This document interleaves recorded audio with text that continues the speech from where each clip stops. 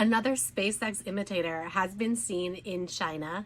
And I do say another because there has been a series of companies in China copying SpaceX. And I want to talk about why. It's in the thumbnail of this video, but there was a graphic posted this morning, posted by Andrew Jones. He's a great space reporter covering Chinese news.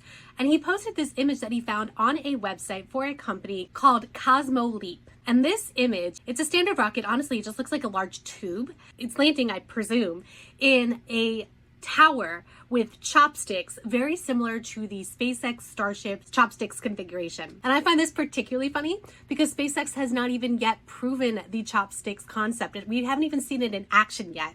And already Chinese companies are copying this imagery and this vision for their own rocketry. Now this company, Cosmo Leap, it is brand new. It started in February. According to their website, they have about 5 million yuan, which is roughly equivalent to $700,000, which is not a lot of money, although that money does go farther in China than it does here in the United States. It is a brand new company. So they don't have any launch vehicle yet. They have nothing. They have people, but they don't have any hardware that is ready to fly yet.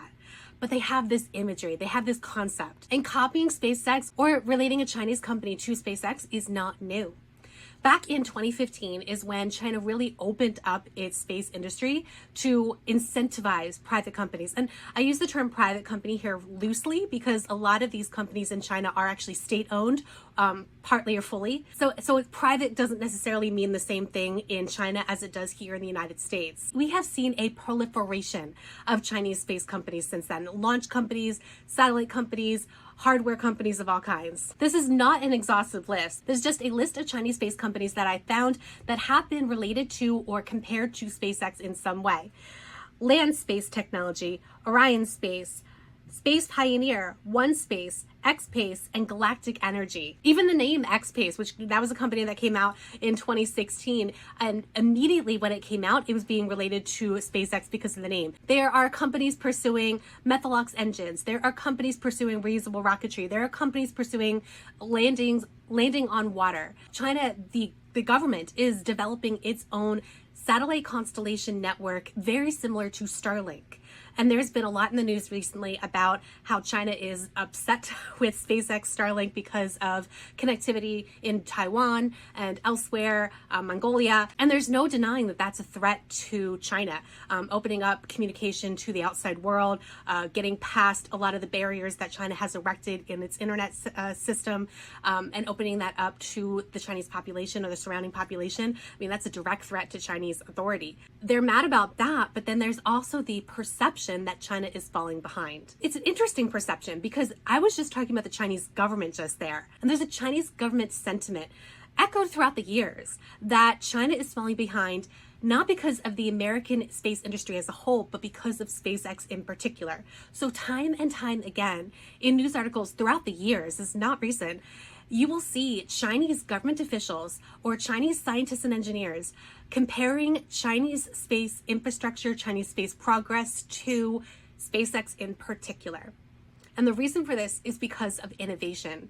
SpaceX is undeniably a very innovative company that has grown tremendously over the years. If you look at the statistics, the United States launches more rockets than any other country, but that's because of SpaceX. If you take SpaceX out of the equation, if you look at any other US company, all US companies aside from SpaceX, and compare it to China, China wins. China was the leader in launch until SpaceX started to surpass them.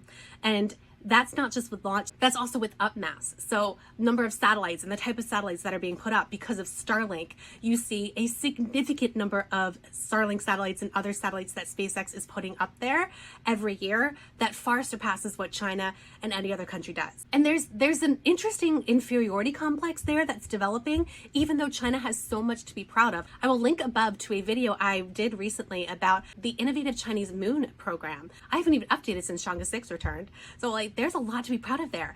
China has surpassed Russia in many factors to become the #2 space player in the world under the United States. So the United States still outspends, still has more infrastructure, still has more companies, but China is getting up there. China is really a strong space player right now, but because of a number of factors, there's a lot of imitation when it comes to Chinese design, company design, hardware design, concept design. And because China looks to see who the innovative players are, they're not going to be looking at SLS, Space Launch System. They're not going to be looking at the Ariane 6, which is scheduled to make its first launch tomorrow. Those are impressive rockets. They are going to get the job done for the government entities that need them, but they're not necessarily innovative rockets. It's not innovative technology that is coming out of NASA or ESA or the traditional prime contractors.